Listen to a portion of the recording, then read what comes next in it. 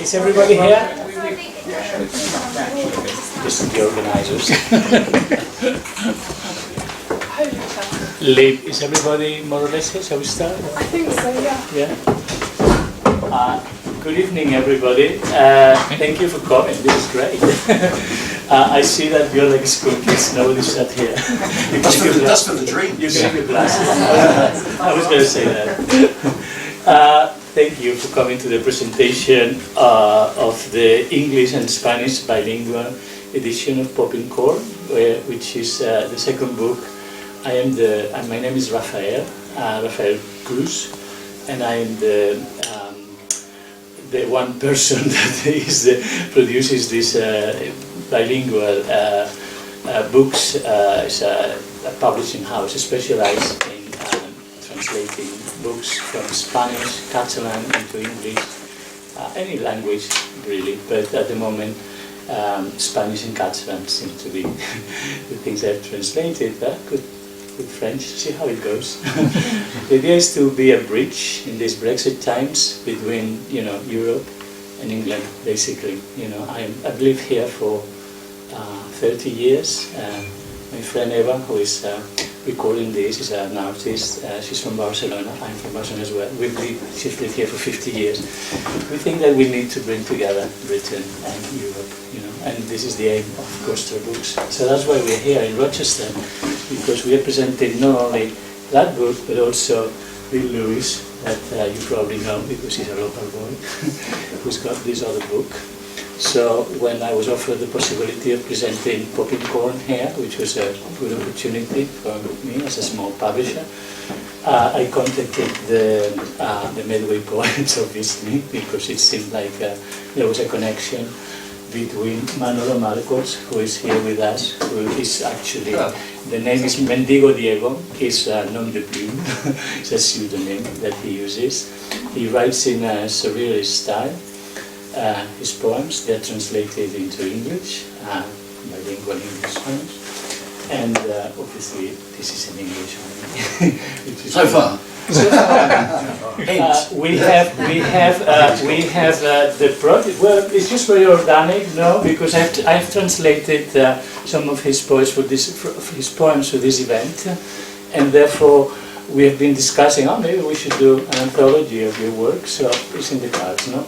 We've got Kevin Harrison, who is also a local boy, although you won't know him because he's behind the scenes normally. He works at ITV Maidstone, and he's a friend of mine who kindly offered to read the English version of these poems because he's got a very good voice, I think.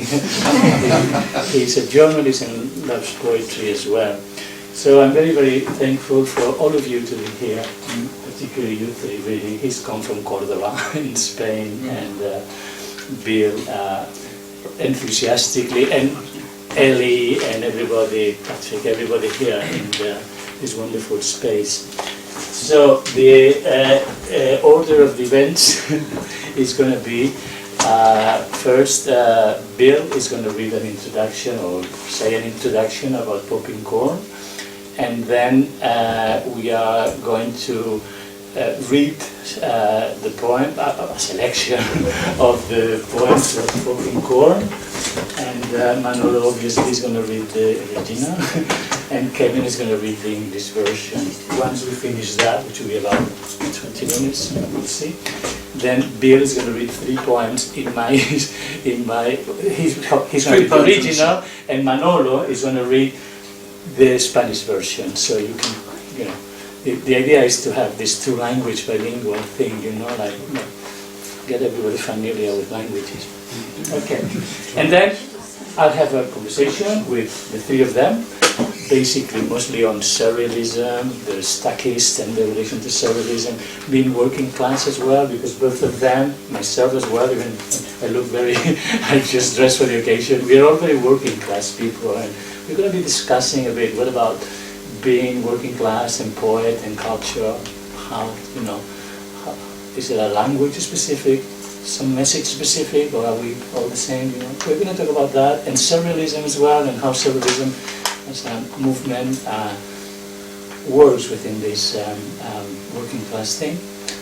and then you can say whatever you want and then ask questions to everybody, okay? And then we'll have more color. Okay, so without further ado, would you like to start? Yes, I didn't know. I don't know what to call you. Manolo. Can I call you Manolo? Manolo's Yes, work. it's my But familiar name. yeah, I didn't know Manolo's work until this book. But this book kind of sums up what I feel about poetry in the sense that meaning is the least important thing in a poem. You know, you could write a thing with meaning in it and it not be a poem, or you could write a poem that is a poem and you can either choose to put a disguised meaning in it or an actual meaning. And I think Manolo does that. He's using the techniques of surrealism. And I think surrealism is less a movement now and more of a way to free up people to use interesting imagery and do something different with their work. I think of myself as a magical realist, and I think that magical realism probably has connections with surrealism, but we will get on to that later. I will like to say before I hand back to our Master of Ceremonies that there's one poem in this book that I wish I'd written. Now that, for me, is something. I'm a very hard judge of poetry, and every so often I pick up a book and I say, why didn't I write that? And so I'm looking forward to hearing Manolo read. Thank you. Okay, I translate into Spanish for Manolo because he says that he didn't know you. No te conocía, perdón, no te conocía antes de este libro, pero que cree que todo tu poesía en este libro es lo que él cree que es la poesía, que incluso se puede escribir algo con significado y no es poesía, o poesía con algo que no tiene significado. Y cree que tu libro es poesía, porque es entrar dentro de lo de no importa el significado, sí, es poesía. Y también ha dicho que hay un poema de los que vamos a leer hoy que cree que es un poema que le hubiera gustado haber escrito a él y que cree que eso, dice que no lo dice fácilmente esto y que es un elogio. Sí. Okay. Yes, we're going to proceed now then to reading the poem. So we're going to read the.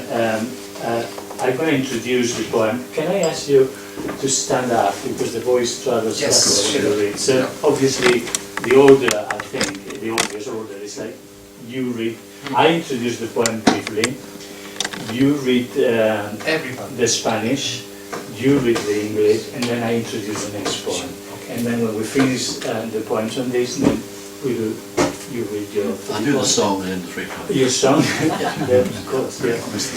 Fabulous. Your song and then the 3 poems, which Manolo will read the Spanish version.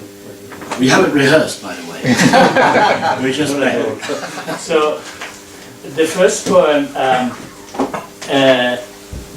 we're going to start the reading of poems with this poem 6, which connects the work of the poet with the song of the bird, which has always attracted poets so much. And I know that Bill has written a lot of poems about birds himself, so it's a nice way to start. It's the poem 6 of the book. Por cantar en la yema de la madrugada, alondra, picas en los secos mendrugos de mi alma atolondrada. Tú eres la que amasas este pan de misterio. Singing at the yoke of dawn, you lark, you peck on my soul's dry crusts, flighty as they are. You are the one who needs this bread of mystery. And now this poem 11 that seems to me to refer to the relationship between form and concept, form and idea, that is at the base of all poems. Poem 11. La miel en el ojo del zorro, arisca soledad erizada, dulzor de tus labios templados, amor, que mora en la rama más alta de este árbol de huesos. Abrevar en sangre un esqueleto sin alma es la gramática. Honey in the eye of the fox, rough, bristling loneliness, sweetness of your warm lips, love that dwells on the highest branch of this tree of bones. To drink in a bucket of blood, a skeleton without a soul, that's what grammar is. We're going to read now poem 25 of Popping Corn, which seems to refer, and I always say seems because I don't want to be prescriptive, that's what it seems to me as a reader. Seems to me to refer to that other great mystery associated with poetry apart from verse, which is love. Poem 25.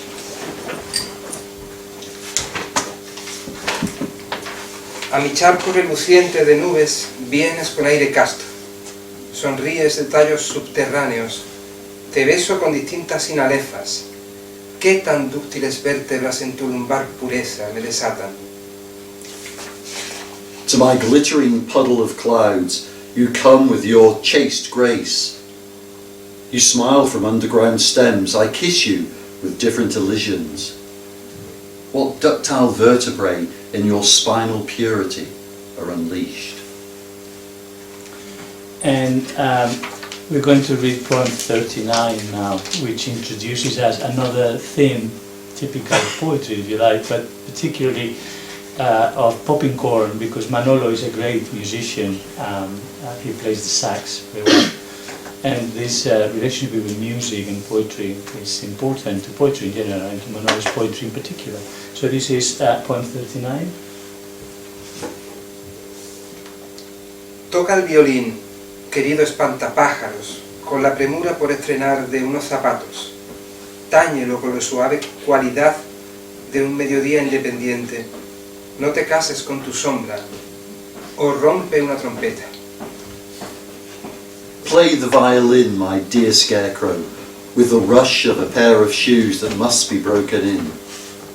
Play it with the soft quality of a self-sufficient noon. Do not marry your own shadow, or else destroy a trumpet. And the next poem is about language. Language is an expression of all the human mysteries. This is poem 41. Tengo palabras danza, sé para qué las quiero. Se mueven o van determinadas a desmentir ideas de pies ligeros. Me acompaña una sonrisa de mediodía, un ritmo íntimo, un caudal secreto. I have danced like words. I know what I want them for. They move or they are resolute to refute fleet-footed thoughts. A smile accompanies me at noon, an intimate beat, a secret flow. The next one is the consecutive one in the book is 42, poem 42, and again it's this idea of words and music that is at the heart of Manolo's poetry and poetry in general. So, poem 42. Permítanme unas gotas de mercurio. Saliva que vale su peso en llanto son fagotes, violonchelo y un triángulo. Mas esa alegría que solo detectan los termómetros. Please allow me a few drops of mercury. Saliva worth its weight in tears. They are a triangle, a cello and a bassoon. Plus, that kind of joy that only thermometers can detect.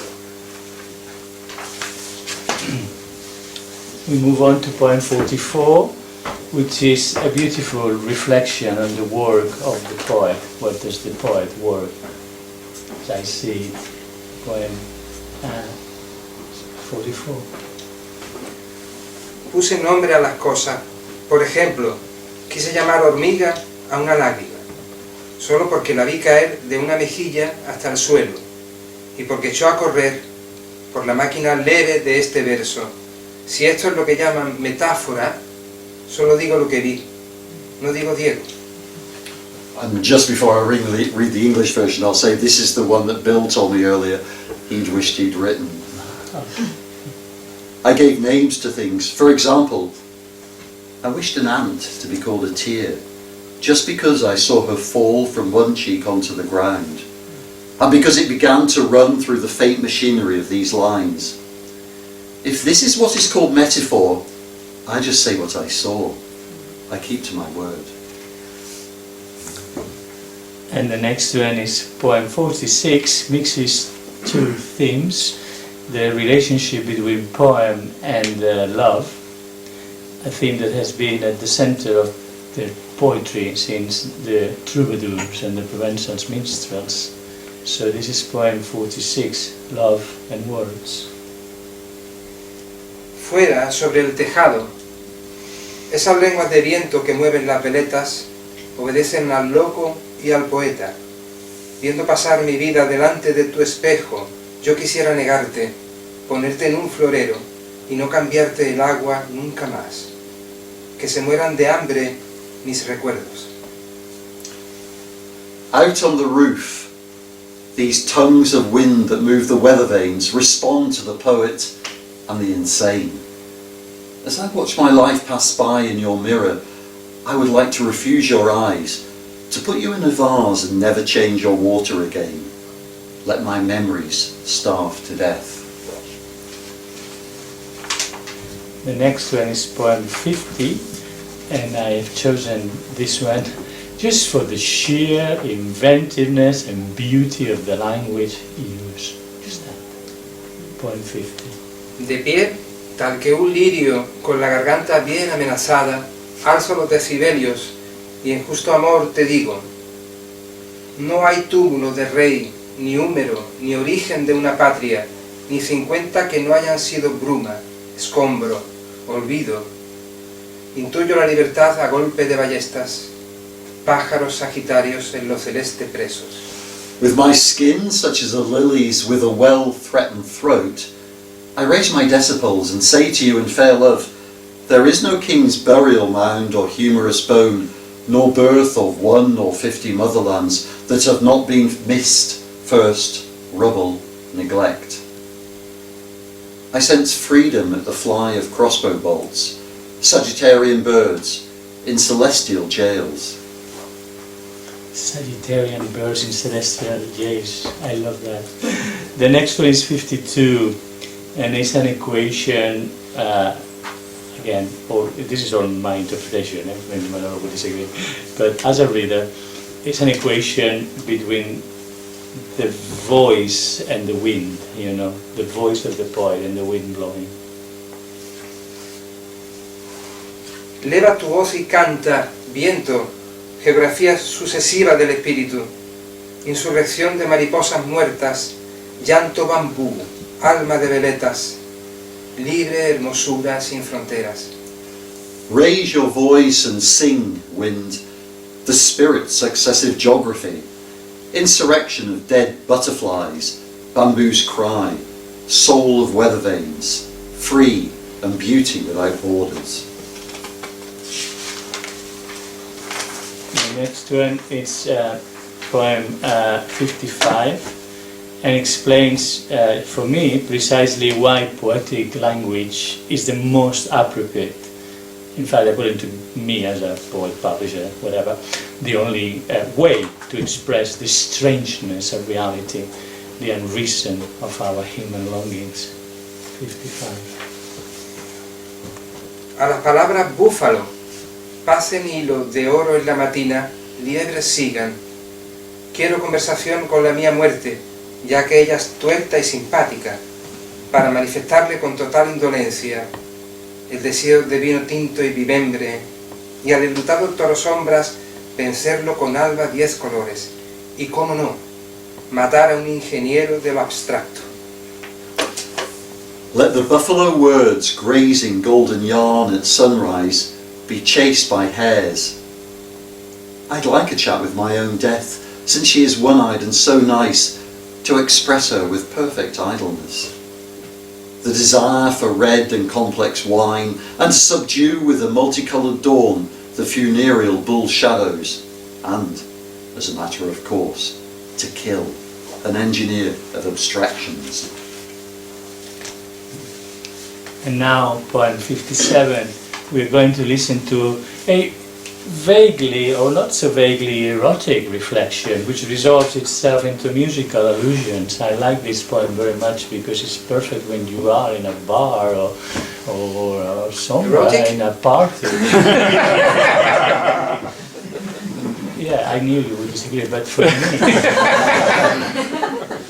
I think the poets are not always the best authors. Listen to it. I think when I read this poem, I see myself in a bar and seeing someone attractive, and it's the prefiguration. It's not love, it's not sex, it's not desire. It's the prefiguration of it. That is how I see it. You judge. 57. Como un fruto vencido te ofreces en madurez de nieve, efímera. Yo, émbolo suave, te distingo con esta floración de ramas rotas, de labios donde anidas fugitiva. Me tiembla el gorrión que llevo dentro, entierro la guitarra, es roja y hueca, tiene una voz sombría, de acuático naranjo. You're all wondering what I'm going to read. Like a beaten fruit, you offer yourself in your maturity of ephemeral snow. I, gentle plunger, distinguish you with this blossom of broken branches, of lips where, fugitive, you make your nest. The sparrow inside me shudders. I bury my guitar, hollow and red.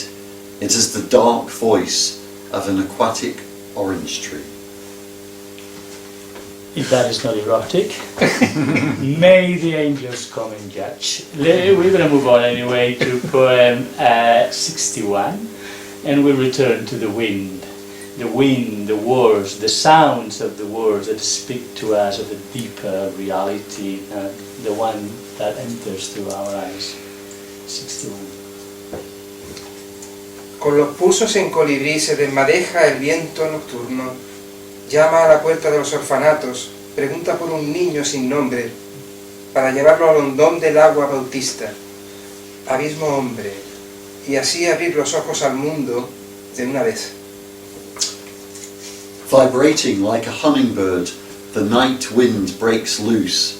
It knocks on the door of orphanages, asking for a nameless child, to lead him to the depths of the baptismal water, and sink him into the abyss of men, thus opening his eyes to the world once and for all.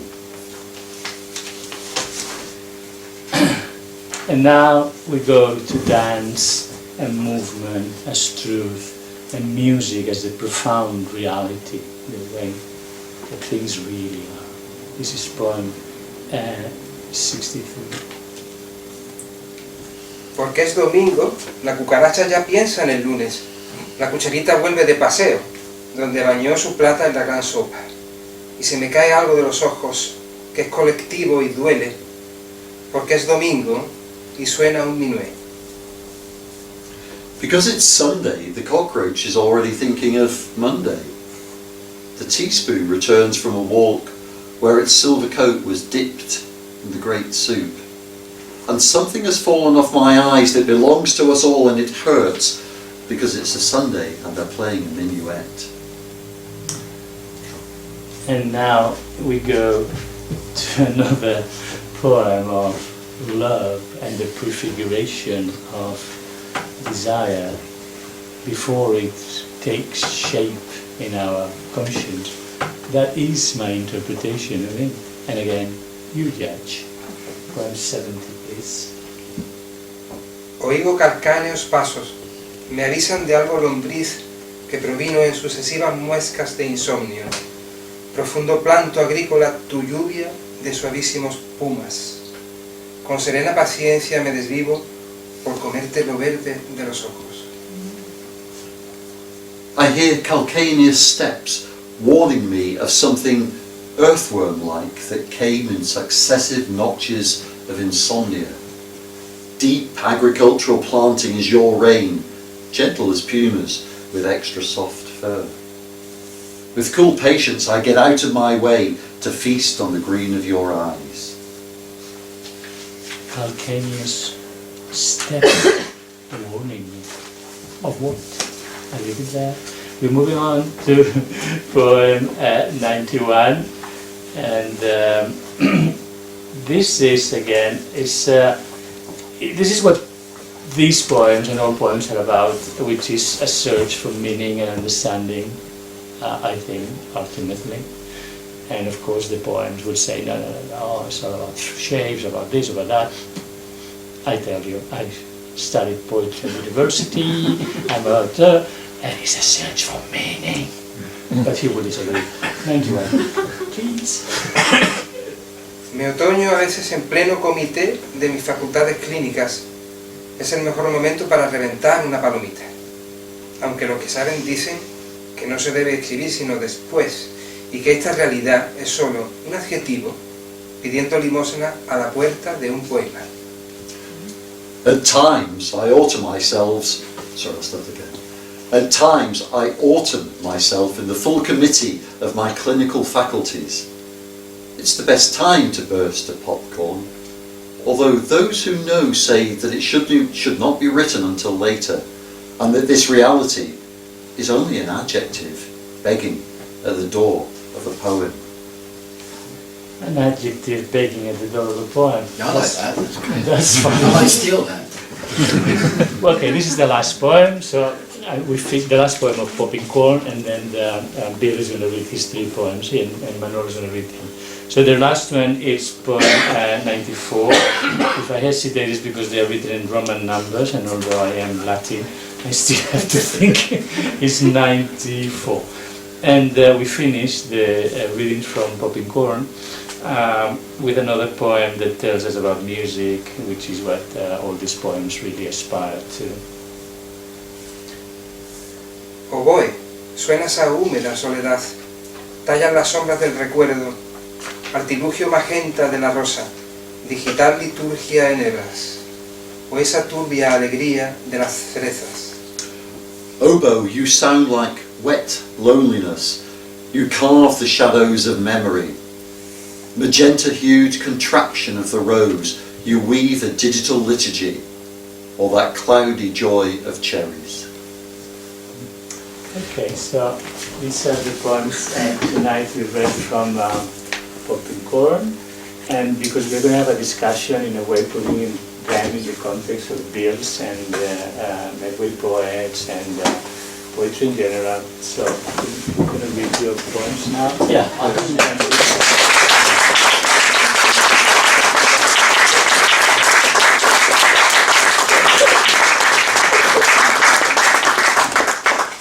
For the last 30 odd years now, I've been starting all my poetry readings the same way with this Shaman song, and I'm superstitious. I hate to say it. So I'm going to do that before I read my 3 poems. Is this a dream I'm dreaming? Is this a dream I'm dreaming? Or am I only dreaming? I am in a dream. Is this a song I'm singing? Is this a song I'm singing? Or am I just a song that is being sung? I'm dancing with the word. The word is like a wife. The word is like a knife, a healing surgeon's knife. Is this a dream I'm dreaming? Is this a dream I'm dreaming? Or am I only dreaming? I am in a dream. Is this a stone I'm skimming? Is this a stone I'm skimming? Or am I just a stone skimming on the wave?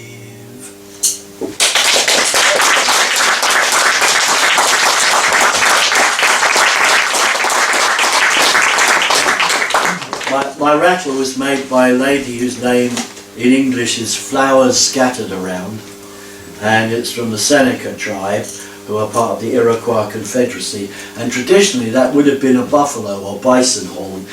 It's a cow horn now, but it's made in exactly the same way as they always made them, and fitted perfectly on this wood. You can come and look at it afterwards if you like. bit of technology in there. I like a bit of technology. We all do, especially the old one. I went to my oldest friend Rob.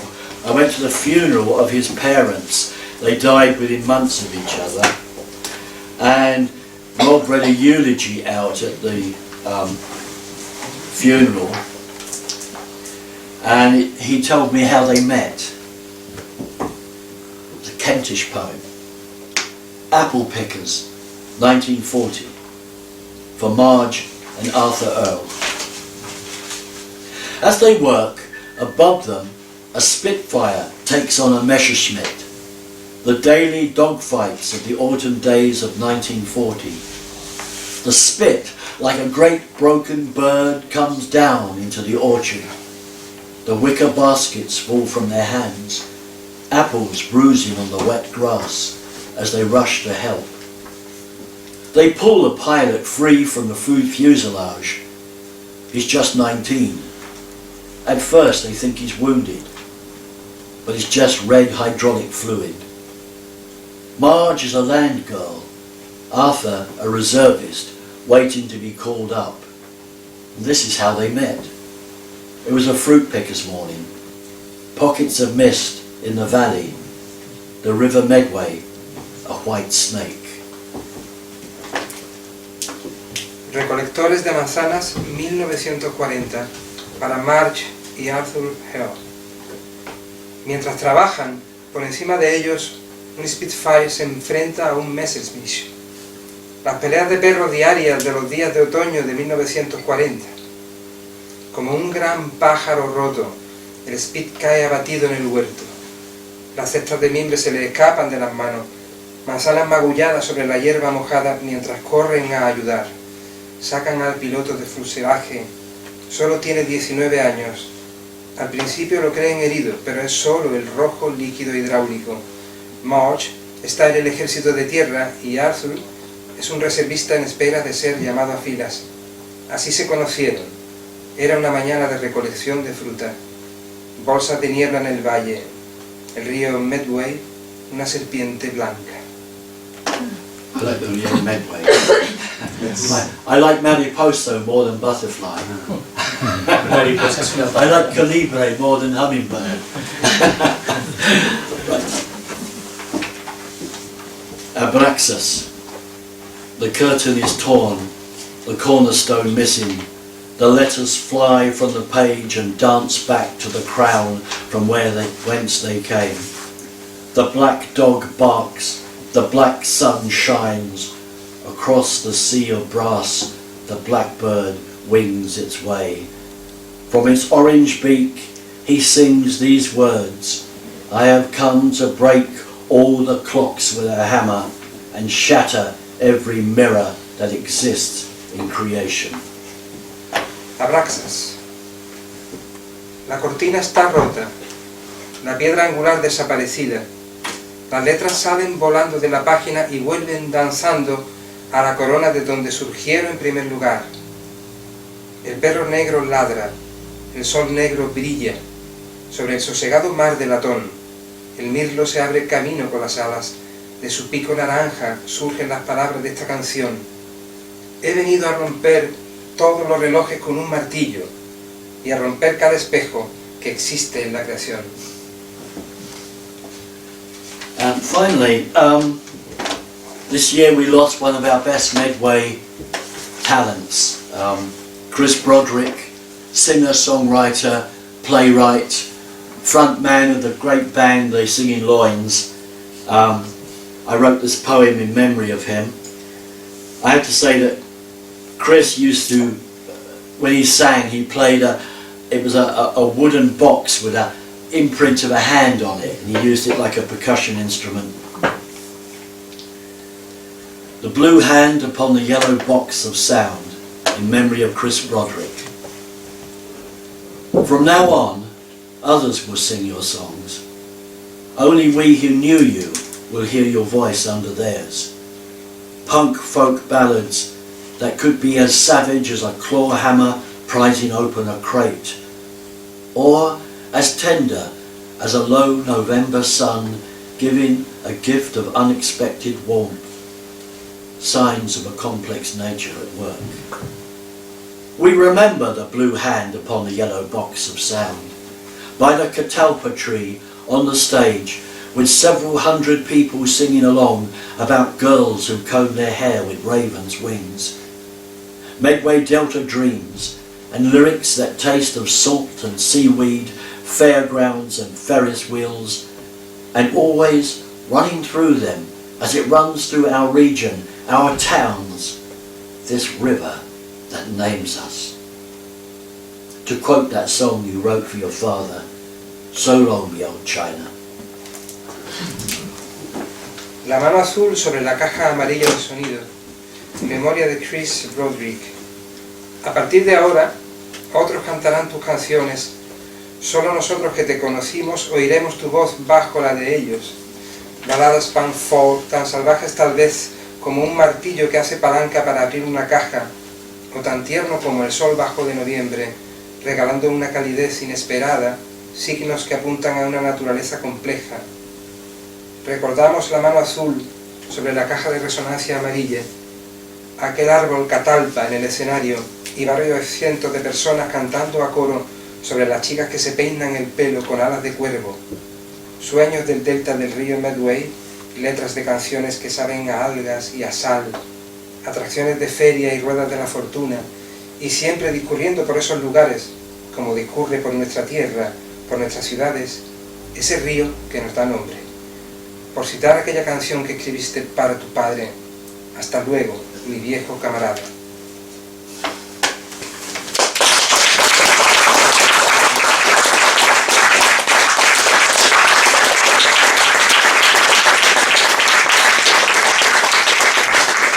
You see, some people have had 2 poems for everyone here because they're getting a totally different poem in Spanish and from the one in English, and I think that's one of the wonders of language. I as a publisher of this new project, this is my aim is to bring cultures together, because I think that we can actually translate. You've got a nice poem which I was thinking of reading, but I then went to another occasion, which is about a Spanish lady says, a Spanish woman, a Spanish girl says hello or something. Oh yeah, read it if you like, I don't mind. Yeah, I'd like to hear other people reading my poems, obviously. I don't have it translated. She was I read in English if you like. She was a Facebook friend of mine who is a tango singer from Argentina, and she lives in Paris. Okay. Okay, let me read this English one. See, me read it in English. Maybe Kelly should read it. No. Would you like? Oh. Do you want me to? Let Paul read it. Sorry. Yeah. Okay. I'll tell you. Yeah. I mean, my English is good, but this is one of those conversations that come out of Facebook, really. I know a girl who laughs in Spanish. From Maria. I know a girl who laughs in Spanish. Ha ha ha ha ha. Or ha ha ha ha ha in English. Sounding her J's like we Brits sound an H. She lives in Paris. She has a dog called Lola, who barks in French. Wawa, wawa, wawa. Woof, woof, woof in English. Like Tintin's dog, Milou, Snowy. Not even gua, gua, gua, like a Spanish perro. I know a girl who laughs in Spanish. We've never met face to face, only on Facebook. She uses Google Translation to talk to my heart. Sometimes, as Madame Hergé once said, when referring to Captain Haddock in French, I can be such a sad English fish. Sometimes my head spins around like Professor Tournesol, Professor Calkins in English. I know a girl who laughs in Spanish. She's Argentine and sings the tango. I've never met her, but I've seen her sing on YouTube.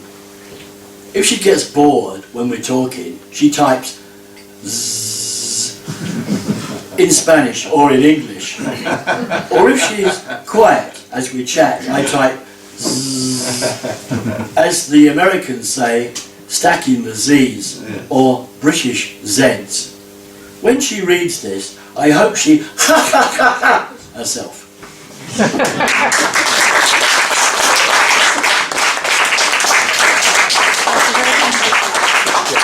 And this is why we are here, you know. When I read poems like this from Bill, I said, he's my man, you know. He's a Gold Star Books, bridge languages, whatever. No, I mean, it's fabulous. And you are the soul of, you know, I think we are here for a reason. Anyway, we're going to have a chat now. Now just some questions, and then I will open it to you, because I like the idea of being kind of a tertulia, as we say in Spanish, you know, conversation, you know, like with people participating and not just being, you know, here on the stage and separation. But I think it's always good to start to get with some questions. So I will ask you, because you know, I've been joking about the poets not knowing what they're writing. I'm going to ask you guys, you two, what is poetry for you, and what moves you to write verses, and to whom are those verses addressed? And let me, before you start, because I'm going to have to translate for Manolo what you say, and for you into Spanish, so give me some time to say something, and then give me time to translate. Okay? So, why, the question says, you will start, or you will start? What is poetry for you? What moves you to write verses, and to whom are those verses addressed? I think that because the language of poetry is metaphor, and metaphor reaches parts of reality that other things don't. And that's what we're trying to do. Reality is very strange, and most people think they know it, but they don't. And what poets are interested in, I think, is trying to touch some part of that hidden reality. Dice que la realidad no es lo que no creemos que es, y que la poesía y el poeta descubre la realidad como realmente es, y por eso la poesía se escribe y en realidad va dirigida a todo el mundo para descubrir esa realidad oculta. Que para quién escribe, ¿qué es poesía para ti? ¿Para quién la escribes? ¿No? ¿Y por qué la escribes? Sí, la escribo para los demás.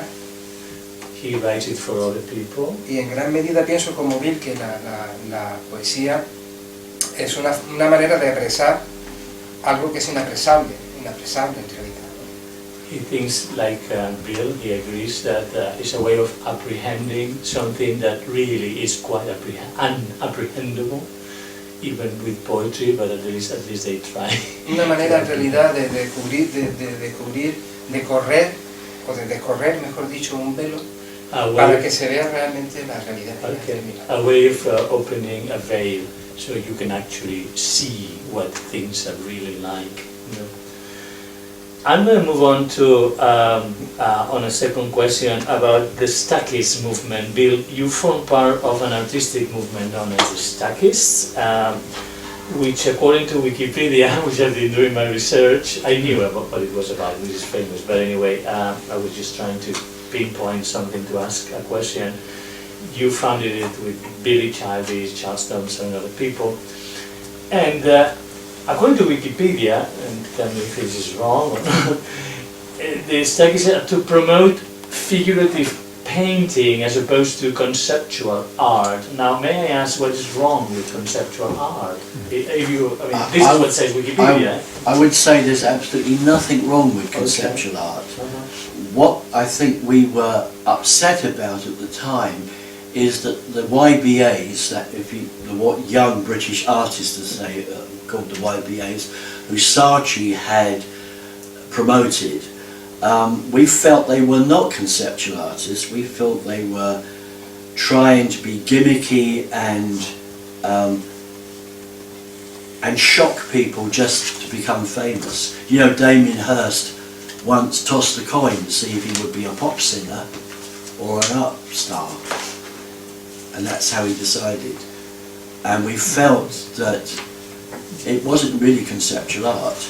And what we were really worried about is when some of them started to say that painting was dead. and we felt that if we start losing the skills of painting and drawing, it's not a good thing to do. I mean, personally, I use all kinds of things in my art, including digital stuff. I do stuff on computers, but I also draw and paint, and I think this is the first thing we do when we're kids. We make marks, and that's important. I got it. My first drawings were on my mum's wallpaper, and she soon bought me drawing books after that. So I think that's what we were against. But I will say that I think Stuckism was it was an experiment, and not all of it worked out. Some of it did. I think that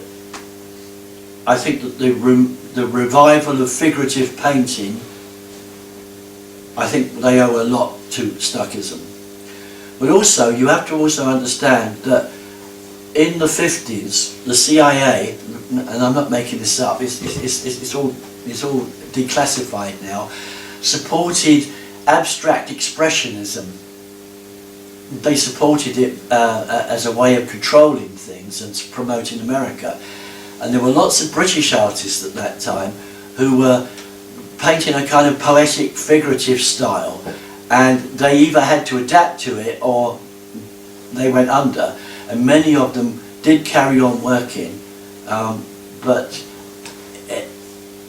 those young people who accepted abstract expressionism then became the teachers of the generation we're seeing now, and that meant that anything that was figurative was old hat, and you couldn't do it. And I think it was a sad thing to happen. I like all forms of art, but when you start saying that one form of art is better than another, I start to form an art movement.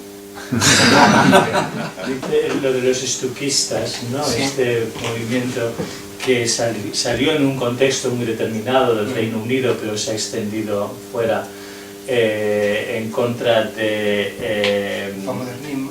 Bueno, era el arte figurativo en contra de, como opuesto al conceptual, y le pregunté a Bill qué problema hay con el arte conceptual, y dice absolutamente ninguno. El arte conceptual es maravilloso. Estaban en contra de cómo se estaba presentando el arte conceptual de una manera que lo presentaba como la única forma de representar la realidad, y por lo tanto eso no estaban de acuerdo con que la pintura figurativa hubiera desaparecido del mapa. I must say that Manolo is a polymath like Bill, and he's an excellent painter, watercolorist, as well as a sax player and poet. So it's very relevant to him as well as a poet. No digo que es muy relevante para él porque son pinturas figurativas, ¿no? ¿Estás de acuerdo con lo que dice Bill, lo que te he dicho Sí, sobre estoy de acuerdo. Él está hablando de Damien Hirst. Sí. Que yo creo que Damien Hirst no es exactamente, no se puede llamar arte conceptual en realidad. He thinks that Damien Hirst is not quite conceptual art. No, it's not conceptual. I agree. Yes. It's not art. It's a kitsch. Con artist. It's a non-art.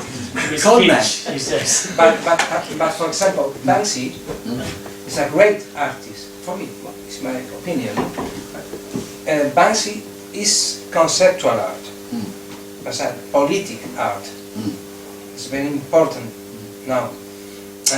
Alguna persona puede pensar que Banksy también es un vendido, puesto que tal. Some people may think that Banksy, he's comparing Banksy with Hirst. He says that some people may think that Banksy and Hirst are part of the same sort of like postmodernism, political as a gimmicky thing, as you say.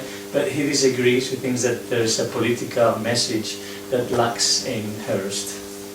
Y verdaderamente yo creo que Banksy es ahora mismo el poeta, ¿por qué no? El poeta y el artista quizás más relevante de Europa, ¿no? Y de parte del mundo, porque es capaz de utilizar tópicos culturales muy potentes y darle un mensaje nuevo.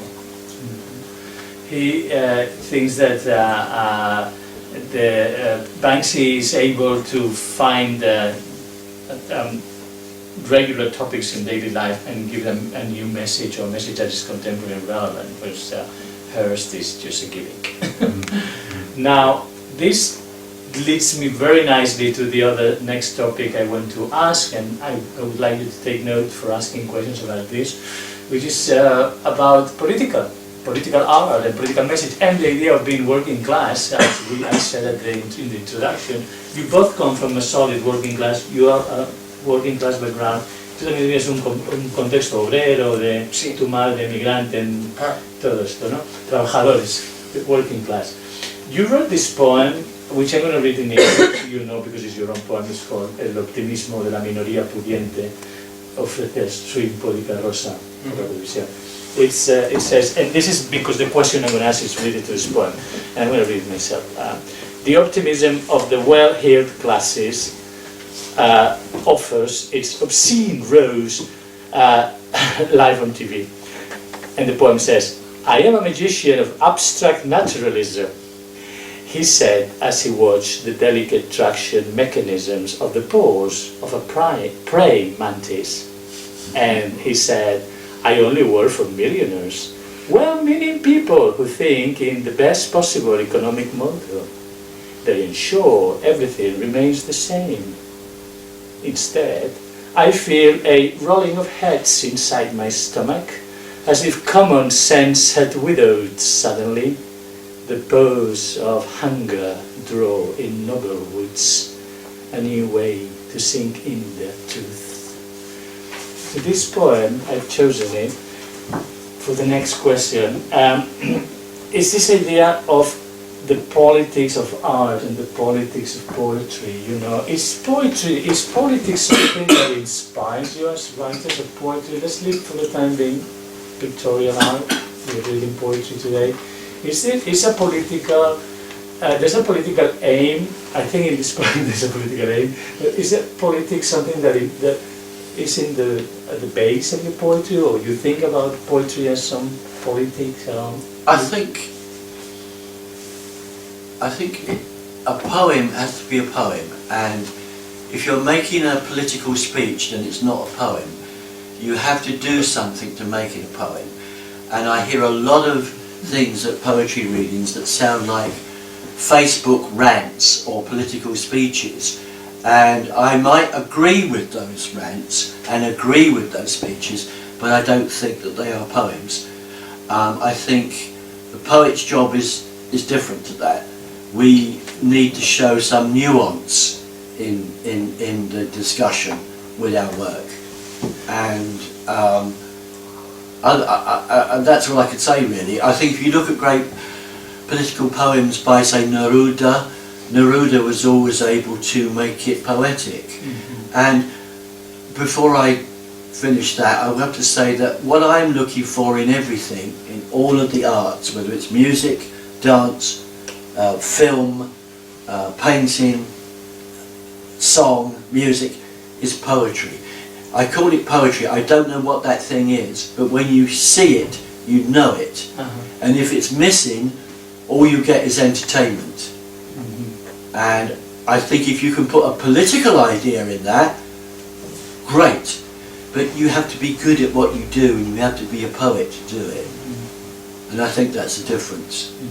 And I think a lot of people writing poetry doesn't mean they're poets. Dice que la poesía es poesía primero y luego política, pero no es necesariamente. Hay gente que escribe como si estuviera escribiendo un post de Facebook, una diatriba, y que lo escribe en forma de poesía, y entonces eso es un poema, pero dice que no, que para un poema político tiene que todavía ser un poema, ¿no? Sí, claro, absolutamente, estoy completamente de acuerdo con él. Ajá. ¿Y tú ves tu poesía como...? Lo que pasa es que yo cuando digo political, cuando hablo de política no hablo de ideología.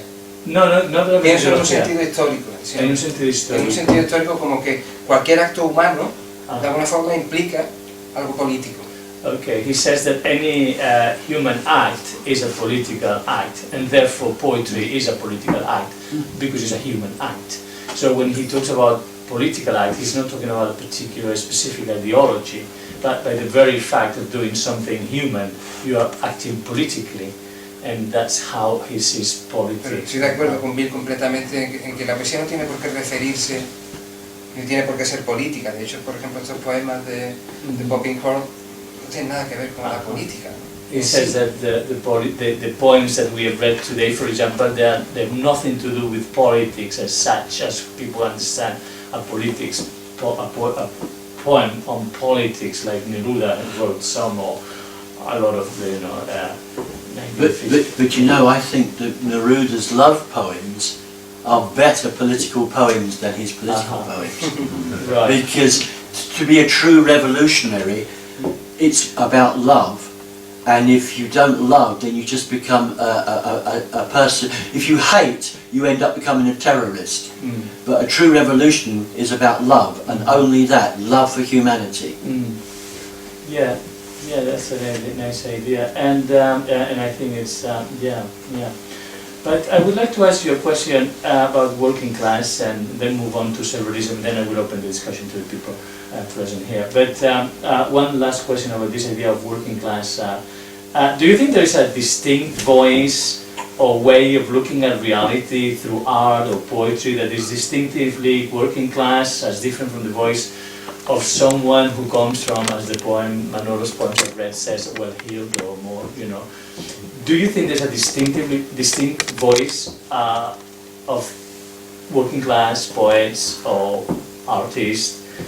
Hay una voz particular y específica, un mensaje, una manera de ver las cosas, particularmente clase obrera. I'm going to ask you first, ¿qué piensas? Estoy pensando en mi vida misma, desde que nací. Pues yo soy efectivamente hijo de obreros emigrantes. Yo nací en Rotterdam. He was born in Rotterdam out of Spanish immigrant parents working in the factories of Rotterdam, although he lives in Córdoba. Y me temo que me he ido burguesando con el tiempo. He's become more bourgeois with time. We all. Pero efectivamente, claro, o sea, es muy difícil desclasarse, perder un poco la identidad de la cultura en la que uno ha nacido y de sus costumbres familiares y de su pensamiento.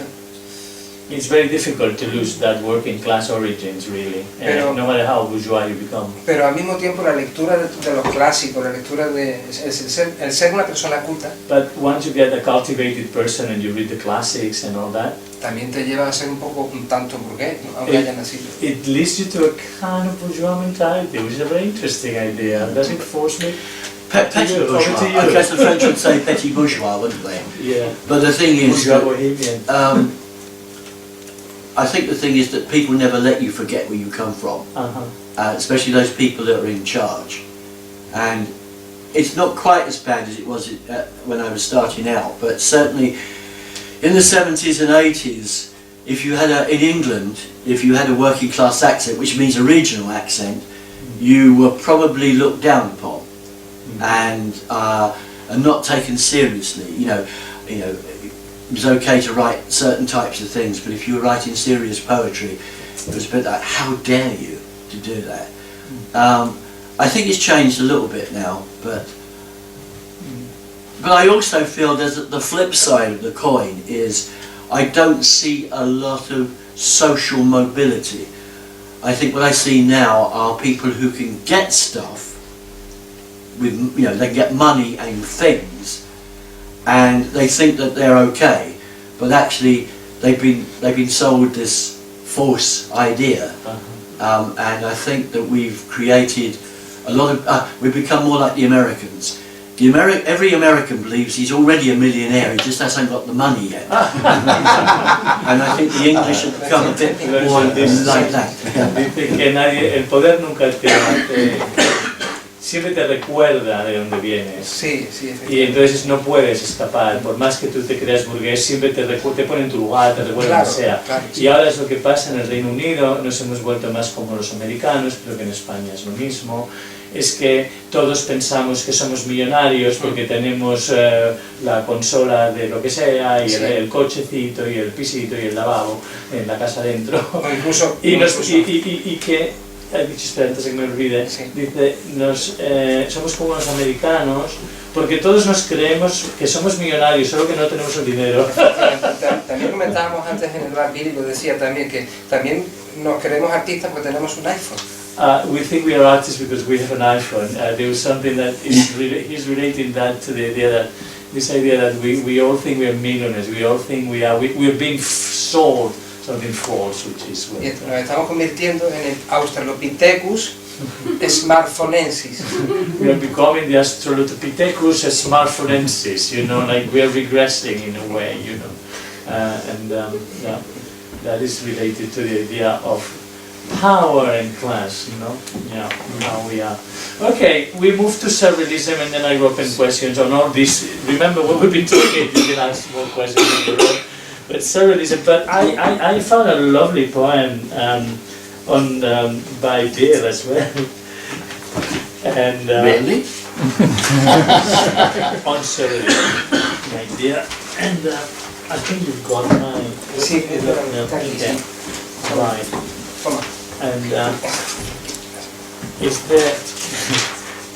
Would you read it? Oh yeah, sure. Yeah. It's called "The Many Deaths of a Surrealist." So it goes very well to introduce the question about surrealism. It was a joke, really, but I'll read it. Yeah. The many deaths of a surrealist. He was hit by a stationary car, doing speeds in excess of 0. Died in a train wreck caused by an ant crossing the track.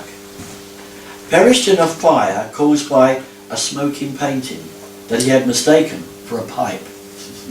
Savaged by an Andalusian dog. Mauled to death by a blazing giraffe. His distraught wife in an interview said, "You abstract expressionists don't know how easy you have it." So do abstract expressionists really have it easy? And surrealism meant a break in its day with traditional structures and models. Can you explain very briefly what is the greatest innovation in your opinion of surrealism? What aspect of it attracts you particularly? And I'm going to start with you because you write in the surrealist style, the poems we have read, ¿no? Que el surrealismo fue una ruptura, o quería ser una ruptura con formas y estructuras tradicionales y modelos, en forma y en contenido. ¿Me puedes decir rápidamente cuál crees que fuera la mayor innovación del surrealismo y qué aspecto del surrealismo te atrae particularmente hasta el punto de escribir poemas en ese estilo? Bueno, voy a dar una respuesta muy corta. Very short. Yo creo que So I can translate. la mayor innovación del surrealismo fue romper con todo un discurso clásico y también moderno, porque ya era moderno, romántico por ejemplo, de una secuencia natural de los hechos que debían tener, por ejemplo, ¿no? Las cosas, un planteamiento, un nudo y un desenlace. Lo que hace el surrealismo es transmutar todo eso para hacer lo que te sugería antes, para descorrer un velo de la realidad y darle una belleza que no tenía también, porque las imágenes surrealistas también son una innovación en el sentido estético de la belleza. Well, there was an order before, and the main thing about surrealism innovation, according to Manolo, is that there was a breaking from the structure of introduction, development, and that was done with something imposed, and the reality doesn't really have that structure. It was imposed from outside. So for him, that is the main thing, and therefore the way he writes in the poems try to find a new aesthetics to find what reality is really like, and that's why he writes in that style. And for you, surrealism? I think what Dada and surrealism did was something that ancient people would have understood, you know, first peoples. Amongst Native Americans, some African tribes, Aboriginals, Siberian tribes, there was always this figure of the shaman, and the shaman's job was to help you by shocking you out of your reality. And they also had a trickster figure in their mythology, and the point of the trickster figure was to be countercultural and to do terrible things as well as good things. And this meant that tribal people had the idea that the world, the universe, the world they lived in, was not a good place or a bad place. It was home. And bad things and good things happen in them, and you learned about those things by the magical stories that you were told. I have a friend called Marcial. He's from a tribe called the Cuna in Panama, and he's an absolute whiz on computers and technology, but he still believes in the beliefs of his own people. And we're taught as Westerners that you start off as a child believing in magic, and as you grow older you reject it and turn to science. If you stuck Martial down in a jungle, he could survive where you couldn't. He's a grown-up, he understands stuff, but he doesn't reject the magic of his past. And I think that if you really look at the great scientists now, they would probably agree with him that the physics we're talking about now, on the quantum level for instance, we're much closer to magic than we ever were. So I think there are ancient roots to this, and the surrealists rediscovered it. And I think I've seen all kinds of things in my life that I realise cannot be explained by logic, and sometimes you have to be shocked out of your clinging to logic. Logic's a good tool, an elegant tool for talking about linear thought. When it gets to curvy things, like women for instance, you cannot, I mean, women are brilliant because they are connected in a way that men have forgotten, you know. And I think the roundness of reality. I usually say I've got a drum, a Native American drum, which I use. And if you imagine it as a plate. You've got a plate and you stick a knife against it, and where that knife touches, you can apply logic. But reality's curved. Reality's full of curves, and you need something that goes deeper than logic. Es muy interesante lo que dice. Logic's important. Dice que el surrealismo lo relaciona con el chamanismo. Sí, lo he entendido perfectamente. ¿Lo has entendido? Creo que estaría bien que empezáramos a darle la voz al público. Sí. Bueno, una pregunta para Kevin Harrison, porque como es un periodista, as he's a journalist, I have one question for him, because I think you may also want to ask him questions. And apart from being an excellent reader of poetry, as he has shown to us today, he's a senior editor, I think it's called, great job, at the Maidstone News, ATV News. So this question for you, Kevin, and I would like you to maybe follow on this, is as a journalist who likes poetry, do you see connection between poetry and journalism? No connection, and what is the relation? They're talking about reality and poetry and journalism supposed to be reality. Can you talk about what's your opinion about this? So I'm a journalist with ITV in Maidstone and at Westminster. I work with 70, 80, 90 people, and I asked some of them to come along this evening. We're having an evening of poetry and art and surrealism, and needless to say, not a single one of them is here in this room tonight. Really? And I was saying to Simon, who's on the back row, I think people are frightened of poetry, and I don't know why they're frightened of poetry. And if people in my profession who write for a living are frightened of poetry, then it's difficult for the general public. And I don't know how we bridge this gulf. Evenings like this will help in some small way, I'm sure. I didn't become a journalist because I had great ambitions of exposing wrongdoings at Kent County Council or on the Tory backbenches at Westminster, although actually with my position that's quite a nice thing to do and to be able to do. But I became a journalist because I like words and I like playing with words and messing around with sentences. And there's one particular journalist, and she died fairly recently, called Joan Didion, and she collected her journalism in this book, which she called "Slouching Towards Bethlehem," which is, of course, the title of a great W.B. Yeats poem. And Joan Didion used to say that she was described as a person who was most absorbed and passionate arranging words on pieces of paper. And she said, the arrangement of the words matters, and the arrangement you want can be found in the picture in your mind. The picture tells you how to arrange the words, and the arrangement of the words tells you, or tells me, what's going on in the picture. And I got this when after Rafi asked me to come along tonight. I got it out and found a particular thing that I loved, and I'll read this to you now. It'll only take less than a minute. But she's writing about Joan Baez, and many of you will know who Joan Baez is. The younger people here may not know. I don't know, I'm looking at you. But Joan Baez was a folk singer from the 60s, the 70s. She just about survived into the 80s. She's still alive today, but her star has waned somewhat. But her mum was a fan of my poems. Fantastic. I've got a letter from her somewhere. There you go, you can't get better than that.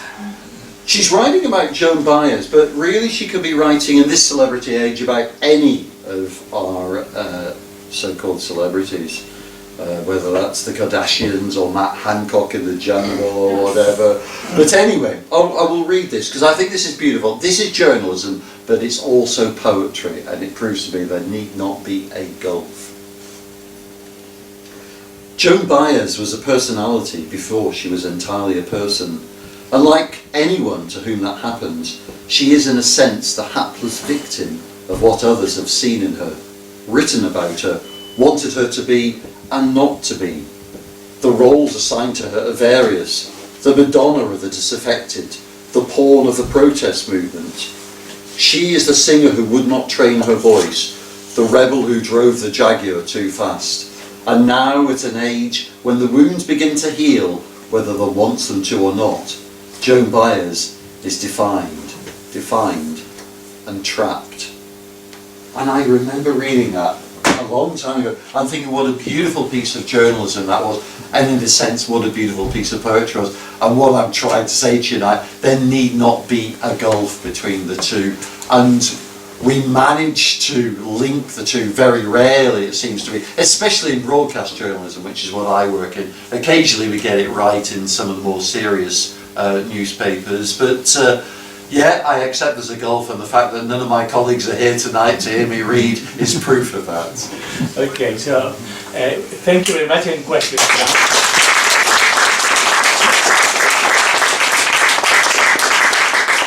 So please ask any questions. Yeah. Please, you were the first to. I was the first. No, it's just one of the things that I found very interesting tonight. So I was there for the previous book on chemistry. So poetry written by a chemist. This is the first. She's referring to the first book with, which is for sale here as well. I've only brought 3 copies, which but anyway, it's called The Poetry of Science, and it's written by a chemist. A poet who's also a professor of chemistry in the Balearic Islands, and he's in English and in Spanish. Yeah, so many people I think were at that reading as well. I recognize some faces. Okay. Anyhow, we were just talking now about, previously you were talking about kind of bridging science and art. Yes, because if what we want to do in surrealism is give a new picture of reality, and today in science, the most important thing that we're discovering is that we don't know what reality is. Yes. So in the most scientific, the hardest of the sciences, that is the topic today. What is reality? And when you want to bridge journalism and poetry, I would like to hear from the poets if they're interested in bridging poetry and science. Yes. As in, like, studying more science to be more scientific. Si os interesa cruzar el puente entre poesía, la relación entre poesía y ciencia. I have a poem actually that covers that in a sense. I wrote a long poem about an inner journey, and I use a bit of a conversation in it between with Gregory Bateson and Fritjof Capra. Capra's a physicist. Gregory Bateson was a polymath Nobel Prize winner, he had so many things. And there was a conversation that they had that I worked into a poem. Would you like to hear it? Yeah. A conversation at the Esalen Institute between Nobel Prize winning polymath and a physicist. So, you think everything is made of probabilities? Yeah. So, everything is a metaphor? Well, if you put it like that, I guess so. So, what are they metaphors for? They thought about this until one of them, I'm not sure which, said, everything is a metaphor for one great central metaphor. They sat in silence thinking about this until a second question emerged. But what is it a metaphor for? After a while the answer came. It's a metaphor for itself. And I think that kind of, for a Western way of thinking, it kind of breaks your brain a bit, doesn't it? But it's a different way of thinking. And I think that what Capra did, for instance, in his writing, was to talk about the language that was used by Eastern mysticism and the language that's used by people studying quantum mechanics, and saying they seem to be saying some of the same things, they're just using a different frame of reference, really. And I think that I said jokingly in one of my poems that metaphors reach 99% of all known truths. You know, like the old commercial about Domestos. But the thing is that metaphors are one of the few ways that we can actually reach those truths, really. Science is the other. And science is the other. I think science is absolutely fascinating, and the more what Jerome Rothenberg, who was a surrealist, American surrealist poet, who got very interested in tribal poetry. He basically created an idea of ethnopoetics, and he did these wonderful anthologies of Native American and African and First Peoples poetry. And he said that they had a kind of understanding of things that we had to grasp through science. Why is that? Maybe it's because they had some grasp of the real world that we couldn't see. So I found that very interesting. He's a poet that influenced me quite a lot when I was younger. I do know that he called his book Technicians of the Sacred. Isn't that wonderful? So I think there is a connection. If something's real, there's a connection to it. If it's not real, then there isn't. There's an integrity in everything, I think. And so science, magic, religion, death, life, that's what we write about. You know, someone said to me, what do you write about? I said, well, I do small things like death, life, religion and sex. And, you know, and I once went to a really posh school, where they said to me, oh, you're going to be working with these kids here, but their parents pay a lot of money to shelter them from the rest of the world, you know. So you can't talk about sex, you can't talk about politics, you can't talk about death, you can't talk about violence, you can't talk about... And so they went on and I said, can I go home? You know, because there's nothing I could talk about with them. So yeah. Lo que dice es que para él la poesía, la realidad, todo lo que sea investigar la realidad es interesante, y por lo tanto no hay una separación entre la magia, la religión, la poesía, la ciencia, en el sentido de que cada uno tiene su lugar, pero todos están explorando la realidad. ¿Cómo sientes tú esto? Bueno, yo lo voy a definir muy brevemente, porque si me alargo tanto como Bill, aquí no acabamos nunca. Entonces voy a decir unos versos de Nicanor Parra. He's going to read some verses from En cuanto Nicanor a la Parra. conexión entre la ciencia y la poesía, es el siguiente: todo es poesía menos la poesía. Everything is poetry, but poetry. Es Nicanor Parra. La ciencia, por supuesto, tiene puntos de conexión con la poesía, como lo tienen todas las cosas de la vida. Yeah, a Chilean poet, yeah. Okay, any more questions, please? Yes, please. I'd love to know more about poetry in Spain at the moment. What role does poetry have in Spain today? La poesía hoy en España, Sí. ¿qué papel juega dentro de la sociedad? ¿Qué poesía se hace? Bueno, a través de las redes sobre todo tiene un papel importante porque se lee mucho. Through social networks, people read a lot, so therefore it reaches a lot of people more than Se lee mucha poesía, está creciendo mucho la afición por el estudio de la poesía, pero luego también hay todo un circuito oficial de poesía Then there's an official circuit as well. que de premios y de Awards. visibilidad y tal, porque Visibility es un poco también un mercado. is a market. In terms of style, is there ¿Te refieres al estilo? ¿No? attention to- Sí, a la esencia. Bueno, pues hay mucha afición, o hay más bien una especie como de desarrollo de la poesía, de una cosa que se llamó la poesía de la experiencia, The poetry of experience seems to be. y hay todo un desarrollo generacional a través de esa poesía de la experiencia que de poca calidad.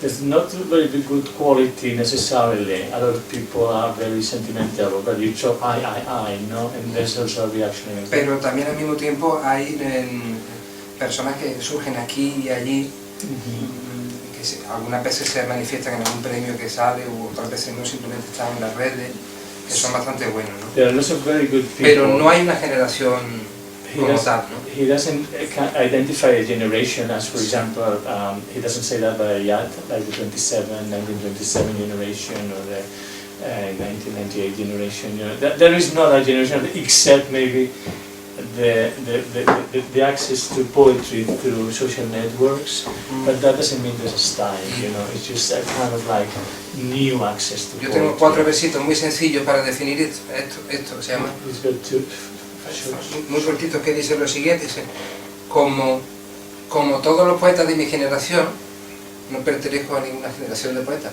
as all the poets from my generation, I don't belong to any generation at all. I think I will add something as someone I used to teach literature. I would say that there is an influence of the form of social media is strongly influencing poetry in the sense that you don't write long poems like kids, Yes. you know. We are. You write bite-size post Instagram. Instagram poetry. But it's better than no poetry.